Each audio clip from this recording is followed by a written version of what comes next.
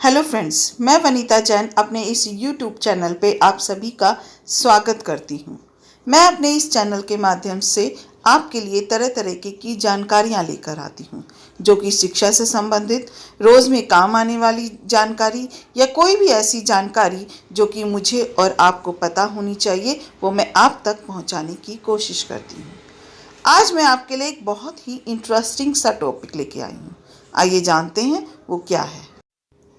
जी, आज का मेरा टॉपिक है कि अंधविश्वास क्या है। आइए वो समझते हैं। मैं अपनी बात समझाने के लिए आपको एक छोटी सी कहानी सुनाती हूँ। एक बार राजा ने अपने मंत्री से पूछा कि यह अंधविश्वास का क्या मतलब होता है। मंत्री ने बोला कि आप मुझे 4 दिन की छुट्टी दे दो, फिर मैं आपको बताऊंगा। राजा राजी हो गया और उसने 4 दिनों की छुट्टी दे दी। मंत्री मोची के पास गया और बोला कि भाई जूती बना दो। मोची ने नाप पूछी तो मंत्री ने बोला, भैया ये नाप वाप कुछ नहीं है, 1.5 फुट लंबी और 1 बित्ता चौड़ी बना दो और इसमें हीरे जवाहरात जड़ देना, सोने और चांदी के तारों से सिलाई कर देना, और हाँ, पैसे वैसे की चिंता मत करना, जितना मांगोगे उतना मिलेगा। तो मोची ने भी कहा, ठीक है भैया, तीसरे दिन ले जाना। तीसरे दिन जूती मिली। तब पेमेंट देने के पहले मंत्री ने उस मोची से एक ठोस आश्वासन ले लिया कि वह किसी भी हालात में इस जूती का किसी से भी कभी भी जिक्र नहीं करेगा, यानी हर हालात में अनजान बना रहेगा। अब मंत्री ने एक जूती को अपने पास रख लिया और दूसरी को एक धार्मिक स्थल में फेंक दिया। जब सुबह धार्मिक स्थल का प्रभारी धार्मिक स्थल आया तो उसको वो जूती वहां पर मिली। धार्मिक स्थल के प्रभावी ने सोचा कि यह जूती किसी इंसान की तो हो ही नहीं सकती, जरूर भगवान यहाँ आए होंगे और उसकी छूट गई होगी। तो उसने वह जूती अपने सर पर रखी, माथे से लगाई और खूब उस जूती को चूमा। क्यों? क्योंकि वह जूती भगवान की थी ना। उस धार्मिक स्थल के प्रभारी ने वह जूती सर पर रखी और सारे नगर को दिखाने के लिए सारे नगर में घूमा और सब लोगों को बताया कि यह जूती भगवान की है। भगवान जब धार्मिक स्थल आए होंगे तो उनसे वहां छूट गई होगी। नगर के सभी लोगों ने उस जूती को देखा और बोलने लगे कि हाँ भाई, यह जूती भगवान की ही होगी। ऐसा सोचकर सभी लोगों ने बारी बारी से उस जूती को सर पर रखा और चूमा। यह बात राजा तक भी पहुंच गई।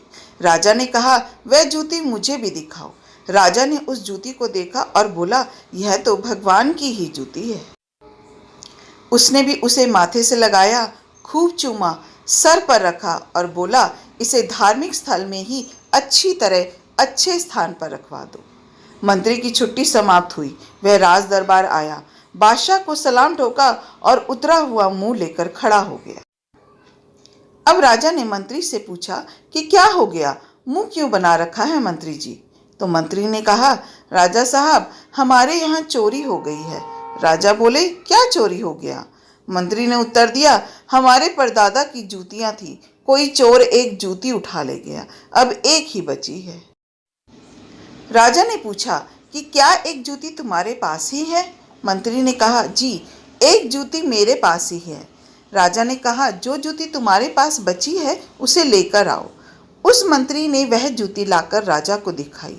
राजा का माथा ठनका और उसने पूजा स्थल में रखी गई दूसरी जूती भी मंगवाई और बोला कि पुजारी और नगर की सारी जनता के कहने के अनुसार मैंने तो सोचा कि यह जूती ईश्वर की ही है, मैंने तो उसे सिर पर रखा और चूम लिया। मंत्री ने कहा, राजा साहब, यही है अंधविश्वास कि बिना सोचे विचारे तथा बिना तर्क वितर्क के किसी बात को केवल इसलिए मान लेना कि उस बात को कोई खास व्यक्ति या बहुत सारे लोग मान रहे हैं। यह कहानी कई मतों, संप्रदायों व धर्मों पर बिल्कुल सही बैठती है। हकीकत का किसी को कुछ भी पता नहीं और सब भेड़ चाल में चले जा रहे हैं। अंधविश्वास का मतलब है कि अपना दिमाग लगाए बिना, सोचे समझे बिना किसी भी चीज को बिना तर्क के व बिना सोच विचार के मान लेना। न जानने, न सोचने और न ही समझने की अवस्था ही अंधविश्वास है। बुद्धि का इस्तेमाल करने वाला हर व्यक्ति बुद्धिमान बुद्धिजीवी है। पहले जानो फिर मानो, सत्य को परखो, सत्य को पहचानो।